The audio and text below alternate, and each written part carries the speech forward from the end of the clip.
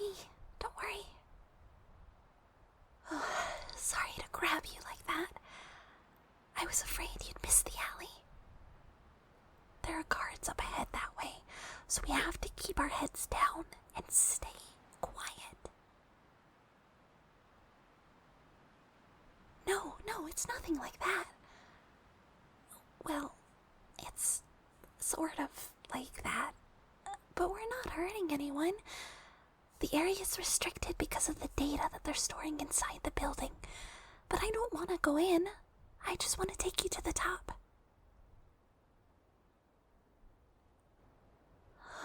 I'm glad you agree. We should keep moving, though. This way.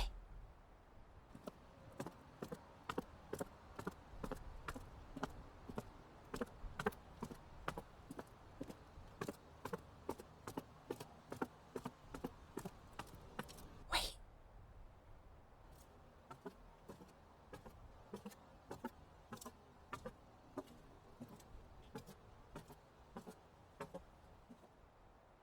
Okay, it's clear. We'll sprint across the thruway, then make a right and a left in quick succession. After that, it's a straight shot to the back terrace, and then the fire ladder to the roof. Understood? All right. Go!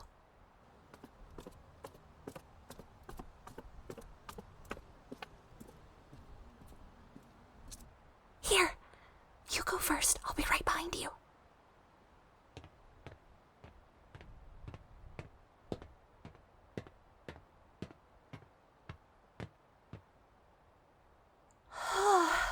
We made it.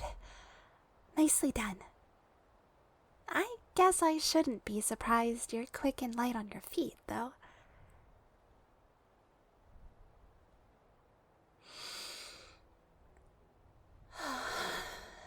Just look at this view.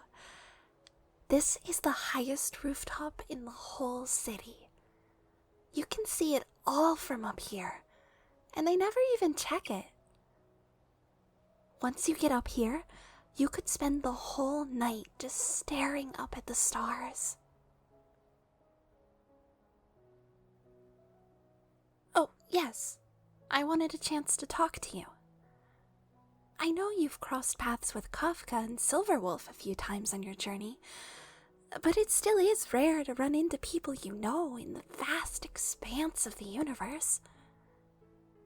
When I found out the Astral Express was also on this planet, I knew I had to find you.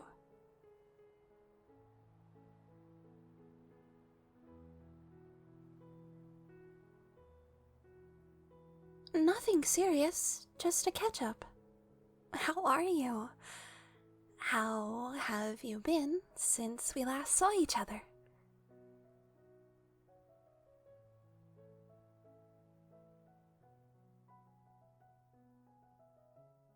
Oh, wow. Your travels are always so exciting. You really never know what's coming until you land on the next planet, huh?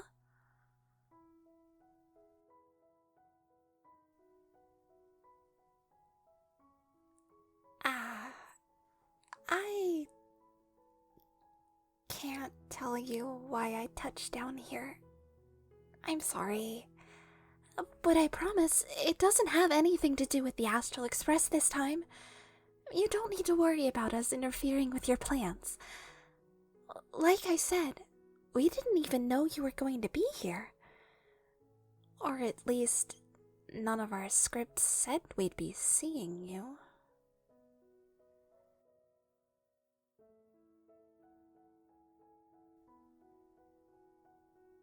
I actually landed on this rooftop.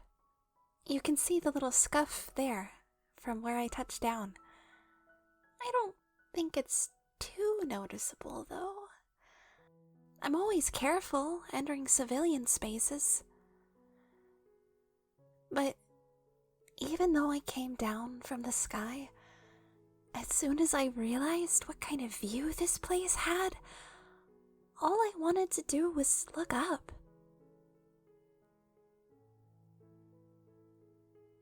There's something different about standing with your feet on solid ground and seeing it all up above you.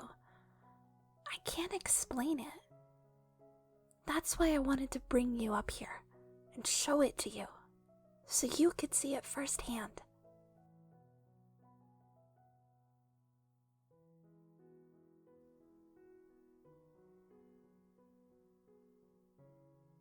I'm not always the best at explaining myself. I think people like Elio have a better way with words. But I also think some things just can't be put into words. You have to experience them yourself.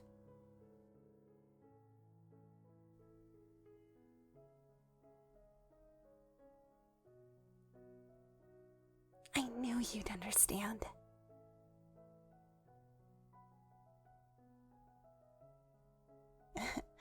Even though I just said that, I do still really want to take a picture to try and capture this moment.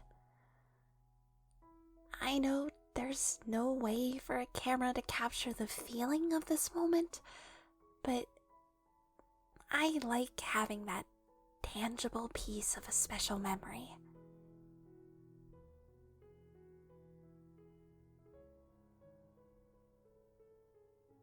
Of course I remember Penacony. I have that picture saved as my phone background, you know? It's very special to me.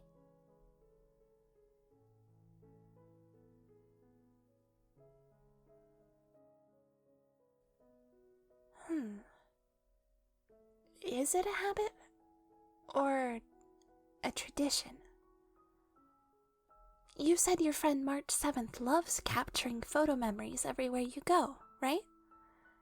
But as trailblazers, traveling the universe is all part of your day-to-day. For her, that's a daily habit. But for me, I'm only capturing rare moments. Something you do only for special occasions is more of a tradition, isn't it?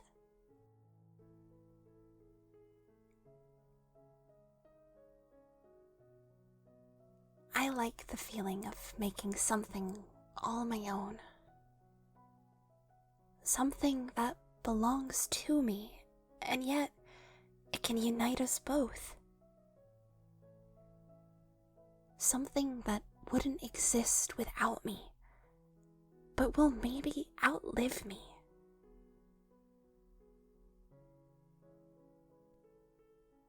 The longer my life goes on, the more painfully aware I've become of how tiny we all are.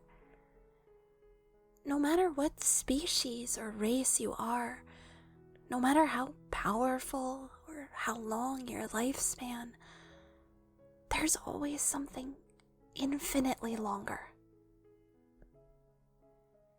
The tiny fireflies I once watched, glimmering brighter than all the stars in the night sky, only live a year, and their time as adults is only 2 months.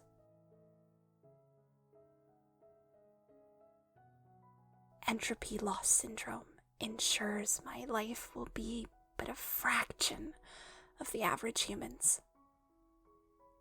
But the average human's life is barely a blink to the long-lived races of the Xianzhou. And even they are nothing compared to the lifetime of a star, and the stars, nothing compared to the universe.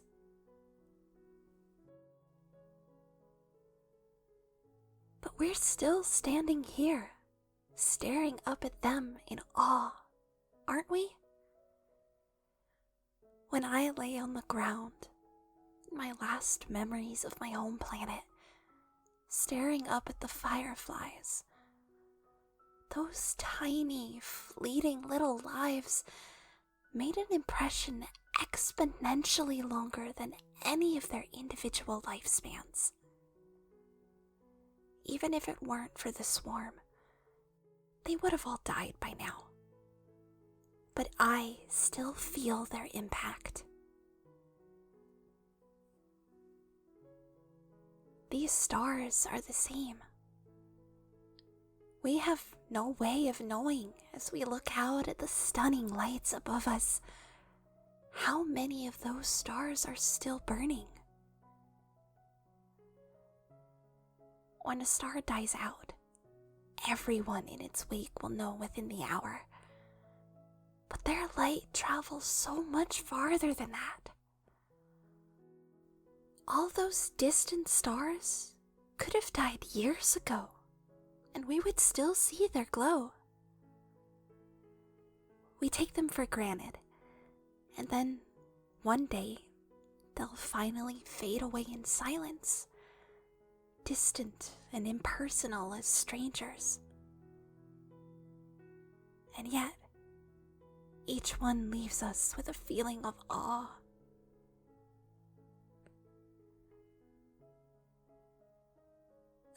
I'm sorry. I think about these kinds of things a lot. We're all so tiny and insignificant to the vast universe, and simultaneously, we can be someone else's entire world. What does that mean for our lives? For what do we live if we don't matter? For what do we die if our lives mean everything to us?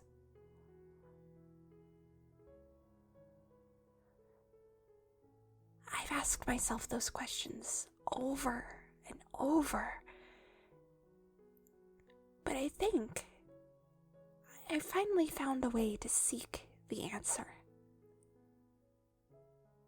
All my life, I've worked in demolitions.